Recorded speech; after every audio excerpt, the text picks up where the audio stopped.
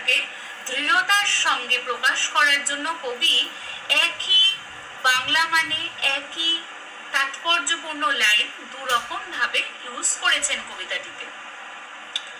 On a lone winter evening, lone means lonely, okay, lonely নির্জন, একটা নির্জন একাকিত্বে ভরা উইন্টার ইভিনিং এ শীতকালীন সন্ধ্যায়, when the frost has wrought a silence, wrought means create, when the frost has wrought a silence মানে যখন frost মানে কুয়াশা, চারপাশ কুয়াশাচ্ছন্ন হয়ে থাকে, সেই কুয়াশাচ্ছন্ন ভরা প্রকৃতিতে যখন একটা নিশ্চুপতা বিরাজ করে, একটা গ্লুমিনেস, একটা কি হয় দেখবে চারপাশটা যখন আলোকোজ্জ্বল থাকে তখন আমাদের মনটাও যেন খুব ভালো থাকে, ঠিক আছে। তেমনি একই রকম ভাবে চারপাশটা যদি অন্ধকারময় হয়ে যায় বা ফ্রস্টি থাকে তাহলে কি হচ্ছে, একটা গ্লুমিনেস, এটা কেমন যেন মন খারাপ করা বিরাজ করে চারপাশে। কবি বলেছেন on a lone winter evening when the frost has wrought a silence, একটা নির্জন একাকিত্বে ভরা শীতকালীন সন্ধ্যায় যখন কুয়াশা, চারপাশে কুয়াশাচ্ছন্ন পরিবেশ সৃষ্টি করছে, একটা নিশ্চুপতা, চারপাশে নিশ্চুপতা বিরাজ করছে, ক্রিয়েট করছে, from the stove there shrills, stove মানে তোমরা জানো উনুন, ঠিক আছে, সেই স্টোভের সেই অগ্নিকুণ্ডের সাইড থেকে একটা শ্রিল, একটা তীক্ষ্ণ আওয়াজ আসছে, ঠিক আছে, সেই স্টোভ, সেই অগ্নিকুণ্ডের সাইডের থেকে একটা তীক্ষ্ণ আওয়াজ আসছে, সেই আওয়াজটা কিসের, দ্য ক্রিকেটস সং, ঝিঝি পোকার ডাক বা ঝিঝি পোকার গান। ইন ওয়ার্ম ইনক্রিজিং এভার, সেই অগ্নিকুণ্ডের আগুনে নিজে উষ্ণতা নিয়ে ঝিঝি পোকা তার গানের মধ্য দিয়ে শীতকালীন সন্ধ্যার সমস্ত কুয়াশাচ্ছন্ন নিশ্চুপতাকে, নির্জনতাকে ভেঙে ফেলে, কাটিয়ে তুলে সে তার গানের মধ্য দিয়ে যেন আমাদের উষ্ণতা দেওয়ার চেষ্টা করছে। ডিফারেন্সটা দেখো, কম্প্যারিজনটা দেখো, কন্ট্রাস্টটা দেখো, অক্টেভ আর সেস্টেটের মধ্যে কন্ট্রাস্টটা দেখো। অক্টেভে গ্রীষ্মকালীন প্রচন্ড গরমে ক্লান্ত হয়ে গিয়ে সকলে শান্ত শীতল গাছের ছায়ায় আশ্রয় নিচ্ছে, সেই সময় এসে গ্রাসহপার তার দায়িত্বভার গ্রহণ করছে। সেস্টেটে গিয়ে কি হচ্ছে, শীতকালীন চারপাশে যখন নিশ্চুপতা, নির্জনতা, নৈরাশ্য, গ্লুমিনেস বিরাজ করছে, চারপাশ যখন ঠান্ডায় কাতর, তখন একটি ঝিঝি পোকা বা ঝিঝি পোকার গান যেন আমাদেরকে উষ্ণতা দিয়ে যাচ্ছে। চারপাশে সেই নিশ্চুপ নির্জনতা, ছন্দহীনতা, প্রকৃতির সেই ছন্দময়তা কখনো ছন্দহীনতায় পরিণত হতে পারে না। যতই শীতকালীন কুয়াশাচ্ছন্ন পরিবেশে নির্জনতা বা নিশ্চুপতা বিরাজ করুক না কেন, সেই নিশ্চুপতাকে বা সেই সাময়িক ছন্দহীনতার পতন ঘটিয়ে ঝিঝি পোকা সেখানে তার দায়িত্বভার গ্রহণ করে দ্য পোয়েট্রি অফ আর্থকে বয়ে নিয়ে যাচ্ছে সামনের দিকে। বুঝতে পারছো? এবার দেখো লাস্ট টু লাইন্স, আমি তোমাদেরকে বলেছিলাম কি যে কোনো সনেটের লাস্ট টু লাইন্স সনেটের সম্পূর্ণ মূল ভাবটাকে প্রকাশ করে। এখানে লাস্ট টু লাইন্স কি বলছে, and seems to one in drowsiness half lost, ঠিক আছে, and seems to one drowsiness half lost বলছে যে কোনো ব্যক্তি হয়তো ড্রাউজিনেস, একটা ঘুমাচ্ছন্ন বা হালকা ঘুমোচ্ছেন, আধো ঘুমোচ্ছেন বা হাফ ঘুমোচ্ছেন, হাফ জেগে আছেন, এরকম একটা তন্দ্রাময়তা অবস্থায় the grasshoppers among some grassy hills, ঠিক আছে। সেস্টেট সেকশনে তো উইন্টার সিজনকে তুলে ধরা হচ্ছে, এখানে তো সামারের কোনো গল্প হচ্ছে না, কিন্তু বলে বলেছে দেখো, তবুও এখানে গ্রাস হপারের কথাটা এলো। বলছে সেই শীতকালে কম্বল মুড়ি দিয়ে কোনো ব্যক্তি তন্দ্রাচ্ছন্ন হয়ে আছেন, হালকা ঘুমোচ্ছেন, হালকা ঘুম ঘুম তার ব্যাপার, সেই সময় ক্রিকেটের সাউন্ড তাকে উষ্ণতা দিচ্ছে, কিন্তু সেই ব্যক্তি তার মনে পড়ে যাচ্ছে কি তিনি রিমাইন্ড করছেন সেই গ্রাস হপারের আওয়াজকে, গ্রাস হপারের ছন্দবদ্ধতাকে। মানে in these lines the poet is trying to fix the poetry of art, মানে ক্রিকেটের সাউন্ডের সাথে সাথে শেষ হয়ে যাওয়ার পরে গ্রাস হপার চলে আসছে। nature is the ultimate, nothing like nature here, বুঝতে পারছো কবিতাটা? and seems to one in drowsiness half lost the grasshoppers among some grassy hills, grasshopper গুলো কোনো একটা grassy hills থেকে যেন তার ছন্দ, তার আওয়াজ সেই ব্যক্তি যেন ফিল করতে পারছেন। ঠিক আছে, এবার দেখো আমি তোমাদেরকে বলেছিলাম কবির কিছু ব্যক্তিগত ট্র্যাজিক মোমেন্টস থেকে কিছু ব্যক্তিগত ট্র্যাজিক মোমেন্টসও এখানে ধরা পড়ে।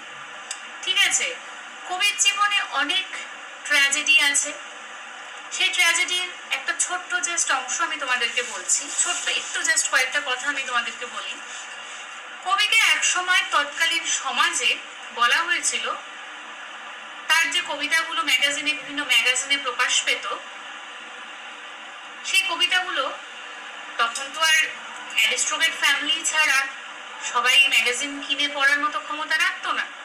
তো সেই অ্যারিস্টোক্রেট ফ্যামিলির বেশিরভাগ মেম্বাররাই কিডসকে ঠিক পছন্দ করে উঠতে পারতো না, কিছু ব্যক্তিগত কারণবশত। সেই ব্যক্তিগত কারণে আমি যাচ্ছি না, আমি জাস্ট শর্টে তোমাদেরকে বোঝানোর চেষ্টা করছি।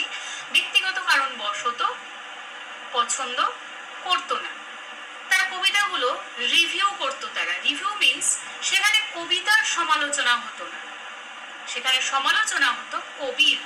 এবং অবশ্যই তাকে যেহেতু সেই অ্যারিস্টোক্রেট সোসাইটি পছন্দ করতো না, তার জন্য স্বাভাবিকভাবে বুঝতে পারছো কিছু নেগেটিভ কমেন্টসই কবির উদ্দেশ্যে আসতো, এবং সেখানে বলা হতো কবির কবিতা কখনোই পাঠ করা হবে না বা তার কবিতা কেউ পড়বে না। সেই যে ব্যাপারগুলোকে কবি কিন্তু চ্যালেঞ্জের সহিত গ্রহণ করেছিলেন। ঠিক আছে, এই যে সামার অ্যান্ড উইন্টার, এই যে দেখো আমাদের জীবন বলা হয় খুব সুন্দর, জীবন খুব সুন্দর হলেও জীবন তো সংগ্রামশীল, খুব স্মুথলি তো আমাদের কারোর জীবন এগিয়ে যায় না। আমরা যারা পড়াশোনা করেছি, আজকে তোমরা যারা পড়াশোনা করছো, পরিশ্রম করে ভালো রেজাল্ট করার চেষ্টা করছো, এটাও তো একটা ছোটখাটো সংগ্রামই বলা চলে। তার পরবর্তীতে বিভিন্ন মানুষ আছে যারা তারা নিজের পায়ে দাঁড়ানোর জন্য সংগ্রাম করছে, কেউ আছে সংসার চালানোর জন্য সংগ্রাম করছে, তার এই জীবনেই তো। তাহলে জীবন যদি অত সুন্দরই হয় তাহলে তো কি হবে, স্মুথলি সব হয়ে যাবে। কিন্তু স্মুথলি তো সবকিছু হয় না, বিভিন্ন সংগ্রাম করতে হয়। আমাদের জীবনে অনেকের জীবনে এরকম থাকে কি প্রিয়জনকে হারানোর ব্যথা থাকে, সেই ব্যথা কাটিয়ে উঠে আবার নিজেকে নতুন করে সামনের দিকে এগিয়ে নিয়ে যাওয়ার চালন শক্তি সঞ্চার করে এগিয়ে যাওয়া, সেটাও তো কম সংগ্রাম নয়। বুঝতে পারছো, কবির জীবনও এরকম বিভিন্ন সংগ্রামের মধ্য দিয়ে গেছে। সেই তৎকালীন সময়ে সমাজের সাথে কবির যে সংগ্রাম এবং সেটাকে যে তিনি চ্যালেঞ্জ হিসেবে গ্রহণ করেছিলেন, তার জন্য আমি তোমাদেরকে প্রথমে বলেছিলাম এখানে একটি অমরত্ব প্রতিষ্ঠা করাও কবির কিন্তু একটি উদ্দেশ্য, তার কবিতার মধ্য দিয়ে অমরত্ব প্রতিষ্ঠা করা। যতই সেই সমসাময়িক তৎকালীন অভিজাত সমাজ কবিকে বলুক না কেন যে তিনি কখনো কবি হিসাবে পরিচিতি লাভ করতে পারবেন না বা তার কবিতা কেউ কখনো পাঠ করবেন না, কবি কিন্তু তাদের সাথে চ্যালেঞ্জ করে তিনি বলেছিলেন বা নিজের সম্পর্কে নিজেই তিনি ভবিষ্যৎবাণী করেছিলেন, তিনি একদিন একজন বড় এবং বিখ্যাত কবি হবেন এবং তার কবিতা পাঠ করা হবে ঘরে ঘরে। দেখো আজকে আমরা তার কবিতা পাঠের মধ্য দিয়ে তার সম্পর্কে বিভিন্ন কথা আমরা জানলাম, তার ব্যক্তিগত জীবন সম্পর্কেও ছোটখাটো অনেক ইনফরমেশন আমরা জানলাম। তার মধ্য দিয়ে কিন্তু এটা স্পষ্ট যে তিনি যে ভবিষ্যৎবাণীটা করেছিলেন সেটা কিন্তু আজ অক্ষরে অক্ষরে ফলে গেছে। রোম্যান্টিক যুগের তিনি একজন বিখ্যাত কবি।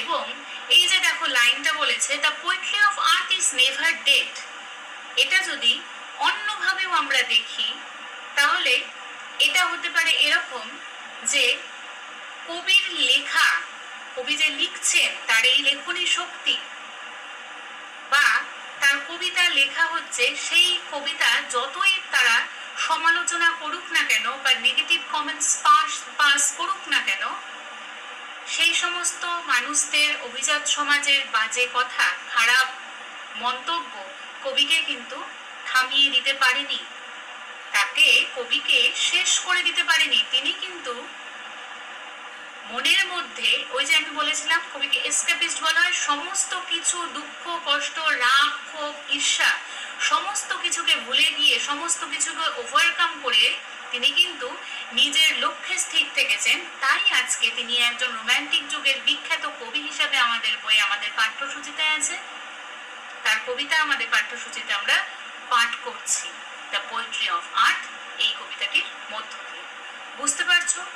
আর একটা কি, যেমন ধরো আমাদের জীবনে সামার এবং উইন্টারকে যদি দুটো পরিস্থিতির সাথে তুলনা করি, সামারকে যদি আমরা আমাদের খুব ভালো সময়ের সাথে তুলনা করি আর উইন্টারকে যদি আমরা আমাদের খুব খারাপ সময়ের সাথে তুলনা করি, আমরা দেখব প্রকৃতির ঋতু পরিবর্তনের সাথে সাথে বা ঋতুচক্রের মতন চক্রাপথ পরিবর্তনতে সুখানি চ দুঃখানি চ, সংস্কৃতের একটি লাইন আছে কি, চক্রের মতো, রথের চাকার মতো বা চক্রের মতো পরিবর্তন হয় আমাদের জীবনের সুখ দুঃখ, কোনোটাই আমাদের জীবনে স্থায়ী নয়। আজীবন কোনো মানুষকে কি আমরা দেখেছি সে সুখেই কাটিয়ে গেছে, কোনোদিন তার জীবনে কোনো দুঃখ আসেনি, কোনো অসুবিধা হয়নি, তার কোনো যন্ত্রণা হয়নি তার? না। আবার এরকমও কোনো মানুষকে নিশ্চয়ই আমরা দেখবো না আজীবন কষ্ট করেই যাচ্ছে করেই যাচ্ছে করেই যাচ্ছে, জীবন সংগ্রাম চলেই যাচ্ছে তার? না। সব মানুষই সুখে দুঃখে ভরা। সামার অ্যান্ড উইন্টার ঋতুচক্রের মধ্যে যেমন আছে, আমাদের জীবনেও সুখ দুঃখকে যদি সামার আর উইন্টারের সাথে আমরা তুলনা করি, দেখবো সবকিছুই ঋতুচক্রের মতো আমাদের জীবনে যেমন আছে, তেমনি ঋতু পরিবর্তনের সাথে সাথে সেগুলো পরিবর্তন হয়ে ভালো সময় আবার আসে। তাই জন্য তো সামারের ক্ষেত্রে যখন প্রকৃতি নিশ্চুপ হয়ে শীতল আশ্রয় খুঁজছে, সেই সময় সবকিছু কি শেষ হয়ে যাচ্ছে? না, গ্রাসহপার এগিয়ে এসে তার দায়িত্ব পালন করছে। একই রকম ভাবে উইন্টারে চারপাশে যখন নিস্তব্ধতা, নির্জনতা, একাকিত্ব বিরাজ করছে, একটা গ্লুমিনেস, ডার্কনেস, মন খারাপ করা একটা পরিবেশ বিরাজ করছে, সেই সময়ও সবকিছু যেন শেষ হয়ে যায় না। কোথাও গিয়ে যেন ক্রিকেটস সং আমাদেরকে একটা উষ্ণতা দেয়, আমাদের মধ্যে কোথাও যেন একটা ভালোবাসা বা ভালো লাগার আশার সঞ্চার করে। এইভাবেই তো জীবন, এইভাবেই তো আমরা আমাদের শক্তি সঞ্চার করে, মনের মধ্যে শক্তি সঞ্চার করে সামনের দিকে এগিয়ে যাই। এটাই তো ছন্দ। আজকে যদি আমরা ধরি, আজকে ধরো আমি যদি ধরি আমার জ্বর হয়েছে, জ্বর হলে কি হচ্ছে, দুদিন ধরো আমি স্কুলে যাচ্ছি না, তোমাদের ক্লাস বন্ধ, আমি বাড়িতে শুয়ে আছি, তাহলে কি তোমাদের সেই ক্লাসের ছন্দময়তা ফার্স্ট পিরিয়ডে কোনো টিচার যাচ্ছেন না? অবশ্যই যাচ্ছেন। কারণ কি আমি নেই বলে ছন্দপতন হবে না, সেই ছন্দময়তাকে বজিয়ে রাখার জন্য অন্য আরেকজন যাচ্ছে আমার ক্লাসে। বুঝতে পারছো?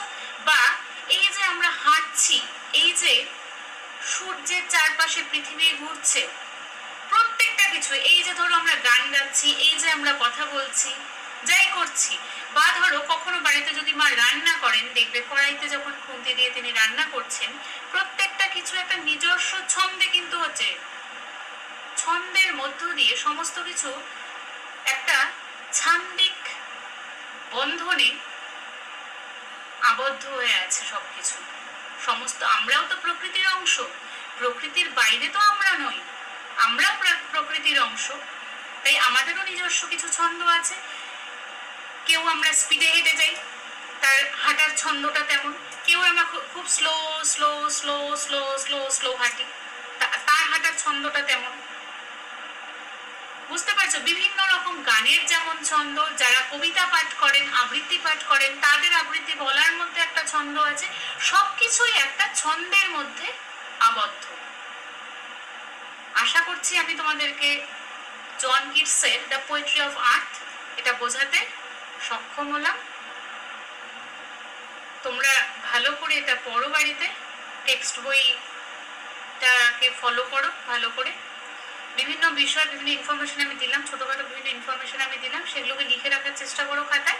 আর যেই বিষয়গুলো বুঝতে পারছো না, ভিডিও কলিং এ তো এই ভিডিও টিচিং এর মধ্যে দিয়ে, অনলাইন কোচিং এর মধ্যে দিয়ে তো অনেক কিছুই বোঝানো সম্ভব হচ্ছে না। যতদূর আমি মানে পারছি আমি চেষ্টা করছি সহজভাবে তোমাদেরকে বোঝানোর। ঠিক আছে? দেখো কোথাও যদি অসুবিধা হয়, যেই জায়গায় যেগুলো আমি বলেছি তোমাদের ক্লাসে বলে দেবো, সেগুলো তোমরা কিন্তু পয়েন্ট আউট করে রাখো, আমাকে কিন্তু বলবে ক্লাসে। আর বাকি তোমাদের পার্সোনালি যেই জায়গাগুলো অসুবিধা হচ্ছে তোমরা লিখে রাখো খাতায়, ম্যাডাম এই জায়গাটা অসুবিধা হচ্ছে, স্কুল খুললে ক্লাসে আমি অবশ্যই আবার আলোচনা করে দেবো। ঠিক আছে? আর তোমাদের থেকে তেমন কিন্তু রেসপন্স আমি পাচ্ছি না, আমি কিন্তু আশাহত হচ্ছি।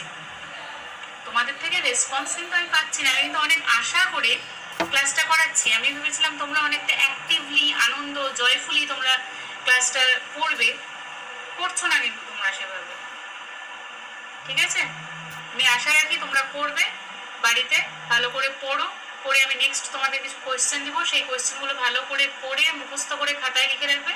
অনেক সময় আছে এখনো স্কুল খুলতে, খাতাগুলো তোমরা সযত্নে রাখো, কোয়েশ্চেনগুলোও সযত্নে রাখবে। যে কোয়েশ্চেনগুলো আমি দিচ্ছি সেগুলো আমি স্কুল খুললে তোমাদের খাতা চেক করে দেবো। ওকে, গুড নাইট।